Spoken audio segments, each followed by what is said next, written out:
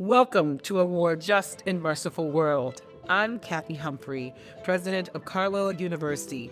On this podcast, we talk to leaders, teachers, artists, historians, and scientists from around the globe to explore how to bring more justice and mercy in our own world. Today, I am thrilled to introduce you to one of Carlow's newest members. Mike is here with us today, and he is the new director of campus ministry.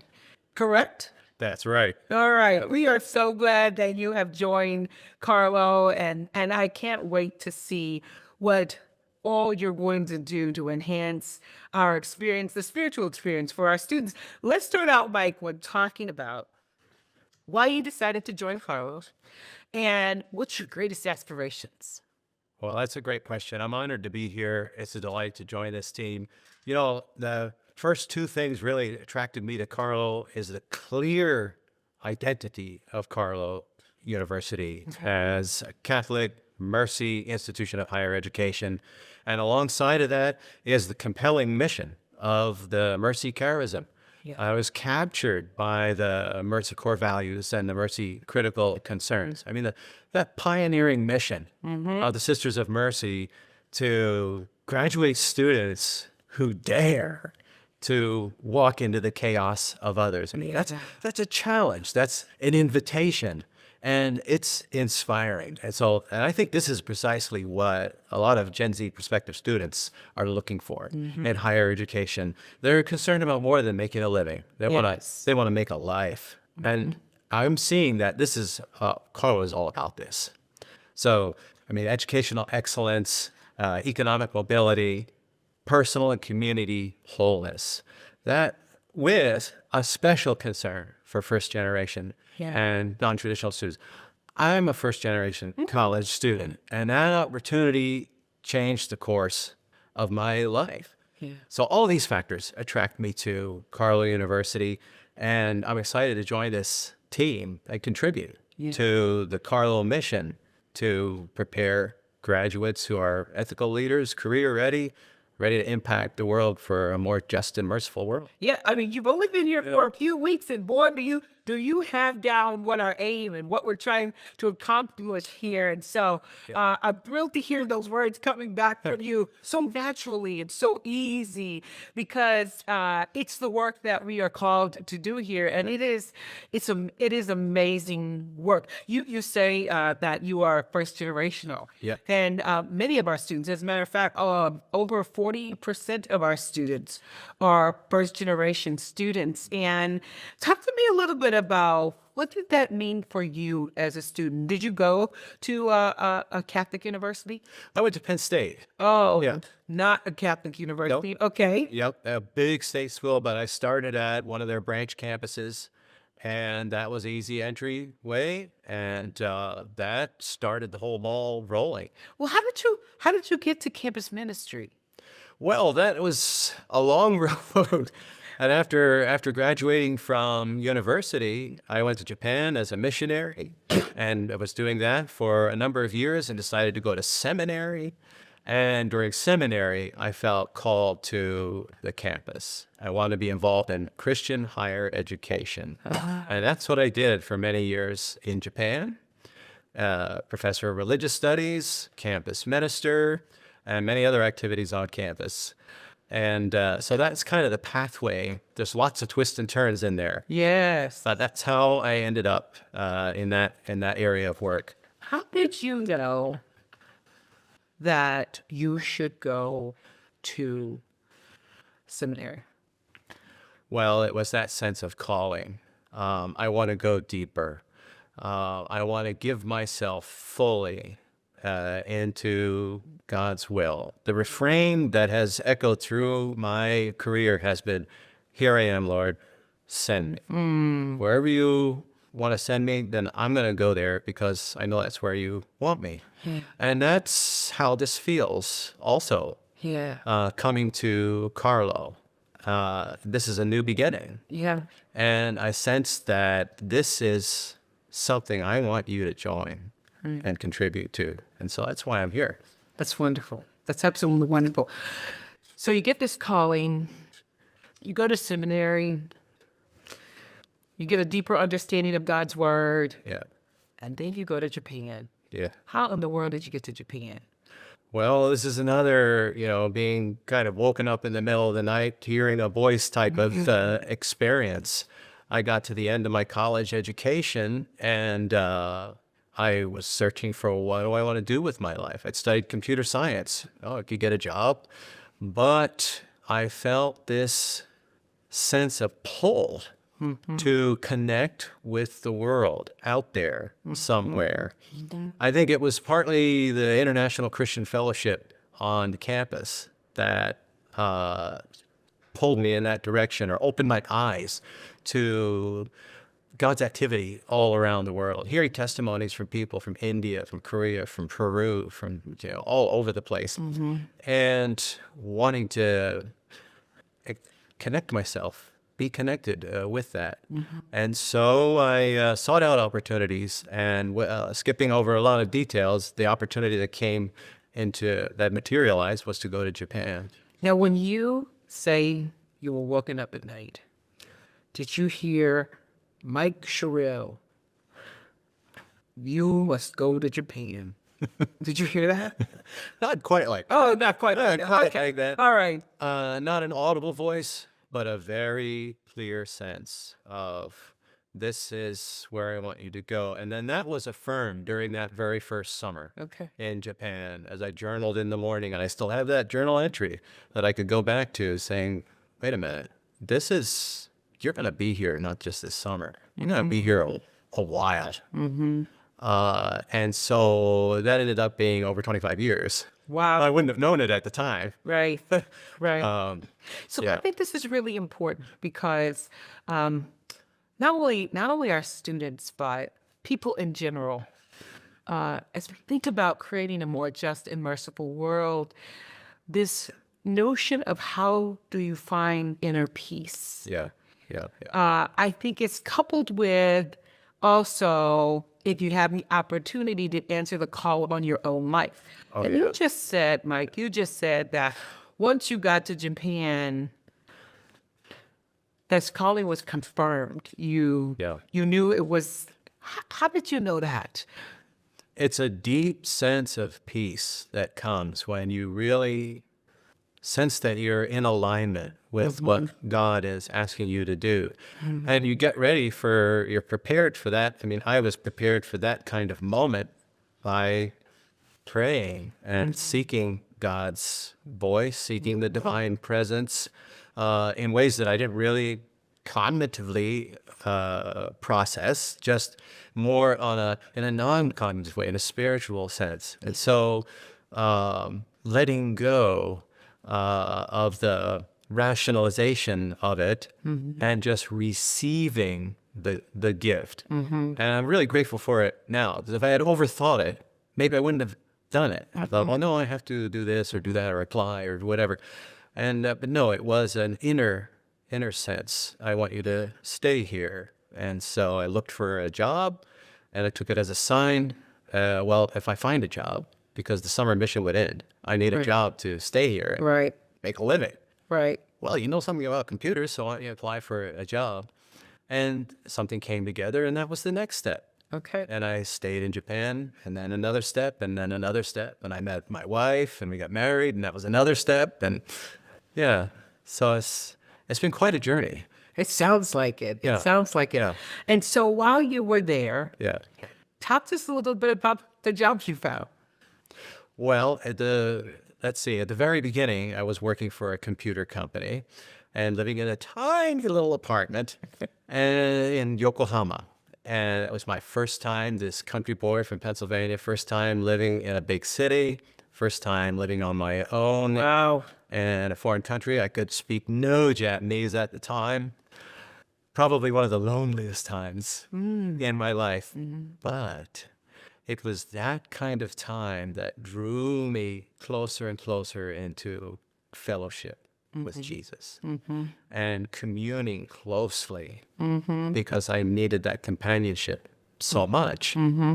So that was a challenging job, and I saw the life of the Japanese salaryman, what it's really like. and it can be very demanding. And so I saw that side of the life that many of them have to live. And I moved on to full-time church ministry. And then came back for a while to go to seminary and went back as an educator and a campus minister and an evangelist and moved all over Japan, my wife and I. So, yeah. So you had to do some scary things.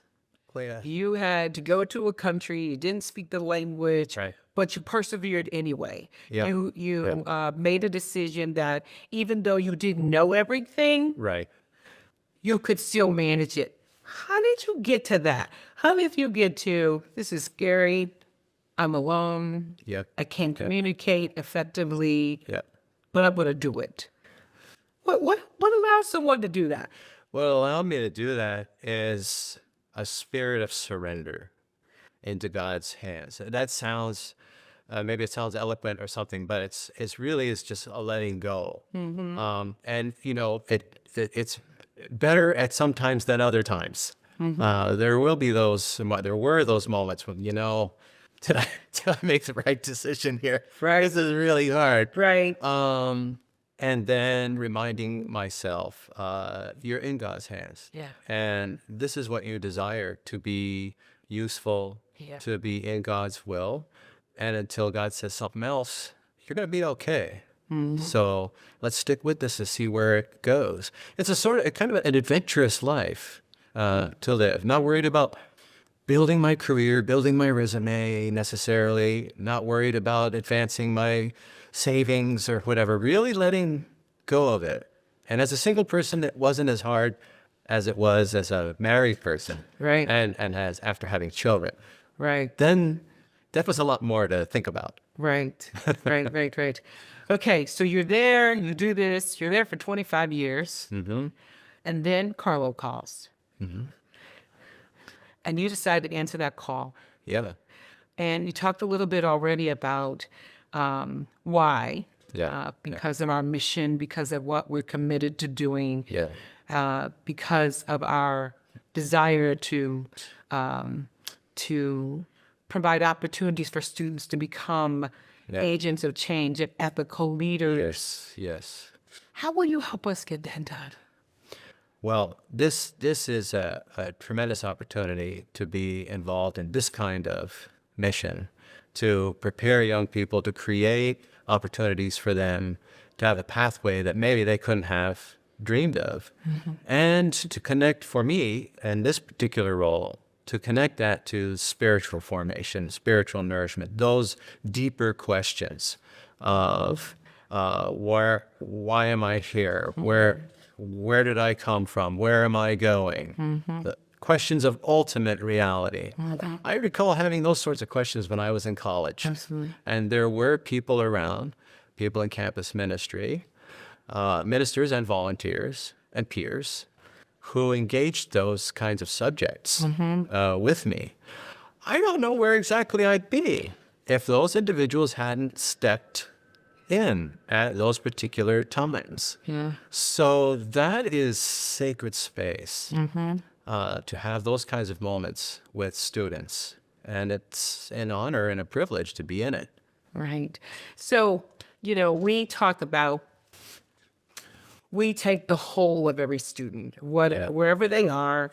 We take them. All of our students are not Catholic. All of our students are not Christian. We are a Catholic institution, and we have the values of the Sisters of Mercy. But we take the whole of everyone, right? And so, we're getting ready to do a vocation retreat to look at those two very important questions. Who am I? Yes. And what am I to do with who I am?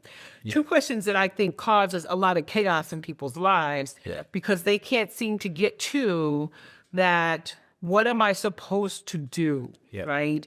And as we get ready to take our first cohort of students on that journey to look at those two questions of who am I?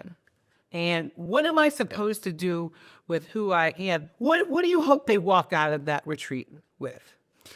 Well, I hope that they walk out with a sense of openness to receive what may come. That not to overthink it, but to open their minds to possibilities that aren't on any sort of script. Right. There's nothing already laid out, but there is something unique for them, a pathway waiting for them. There is a divine presence that is concerned about each of them. So for some of them, that may be part of it, part of the opening.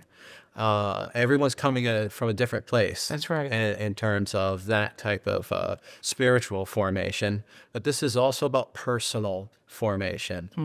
And I would hope that everything they experience at Carlow opens them to receiving the gift that is out there for them and the gift that they'll become as they embrace that. That's so good. The gift that they'll become. I love that. That whole thought of, our work causes us to be the gift to the next person. Yes. And our ability to provide others opportunities because of the gifts we've given. Often I say, to whom much is given, much is required. Yep. And I do believe that once you understand what you've been given, you're able to give to other people. So I'm really pleased to hear that that's your aim as we begin to formulate our ideas around that as well. So I noticed that you at Mass this week with the students, you got to play the chimes as we marched around for Palm Sunday. Talk to me about what you think about our students, and you're enjoying the choir, and we're glad to have you in that as well. So you've really got engaged. So tell me your thoughts. What's your opinion of who they are and what they're trying to accomplish? Oh yeah, well I'm impressed by these wonderful young people. They're taking steps of courage and bravery. It's not easy what they're engaging. They're in a swirl of change all around them, personally, in terms of society and nation and everything. And they've got to carry an awful lot, and I'm impressed by that. And they ask questions. And I'm always keeping an ear out for what I can learn too. Oh, yeah. From their questions. That's one of the wonderful things about being in higher education. You're always discovering something new. So I see an environment with these students of mutual discovery. So I've been down the road a little ways since I have things to share and life lessons and that sort of thing too. But I enter into that space with the students with the goal of being humble, with a spirit of humility. Because I need their help with social media devices and phones and things like that, of course, because they've got that. That is their world. Right. And it's very good for me or for us to need their help, to receive their hospitality. We have things we want to extend, and we want to be a help and a teacher, and that's wonderful and good and important. But also, it's uplifting for these young people to know that they've got something to give that's of value. And in fact, right now, right here and now, they are valuable as they are, who they are, where they are. I think that realization is very empowering. And so that's something that it's my aim to communicate that, to embody that. Now here in the first couple of weeks, just by hanging out with students, go to the choir, we're in Mass. We had a lovely communion service this afternoon. A couple of students came and we had communion together. That sacred space. It's just lovely to share that kind of moment together in the presence of Christ. I'm honored by that, and I want to be that presence with the students. Okay, so I too found our students to be gracious and hospitable, Oh, yes. and in general, just amazing people. Yeah. And so I couldn't agree with you more. So we talk about creating students who are committed to creating justice Yeah. and mercy. And in a day like today, this is really crucial. Yes. So talk to me about your theory of creating justice and mercy. Well, everyone here understands that the pool of prospective students is gradually shrinking, that that trend is expected to accelerate. And among this pool, many prospective students are looking for low-cost degree options closer to home. Some are questioning the value of higher education even. And at the same time, we have things like Google Career Certificates competing for some of these students. But the good news, I believe, is that many of these Gen Z prospective students are looking for an education for mind, body, and spirit, an education that gives them well-being and capacity to flourish in this world. And so a university that knows its identity very well and actualizes it like Carlow will attract students. I believe, especially right now, that Catholic universities have an edge. To thrive over the next 10 years, it is essential for Catholic universities to energetically engage their distinctives, namely Catholic intellectual tradition and Catholic social teaching. The Catholic intellectual tradition is basically a mutually illuminating partnership of faith and reason, divine revelation and human scholarship. And Catholic social teaching affirms the dignity and worth of every human being on this planet. Yes. And it pursues solidarity with the poor and the marginalized. So a Catholic university like Carlow that is animating these distinctives is uniquely positioned to fruitfully engage with this generation because those distinctives are in demand and will continue to be in demand. And so what I see, this is part of the exciting thing about being part of Carlow now, that the outcome for Carlow University is it gains a reputation for excellence in preparing graduates to impact the world for the common good, making a good living, and a fulfilling life. Absolutely. I know that many of our alumni have had that experience and are living that out today. And I think that's a part of our legacy here is that is work that Catherine Macaulay began. Amen. Yeah. And it is work that we continue to do to this very day. And I'm so thrilled to be a part of that kind of work that really is asking the student to not only look at who they are, but look at the impact that they're going to make on a greater world, that their care and concern for their fellow man is rich and good and kind, and that empathy is not a bad word, but a very good word that causes us to do for others and to commune with others and to lift up others as well. But I am so glad that you're a part of the Carlow family, and I hope you love your time here with us. But here's what I'm confident of.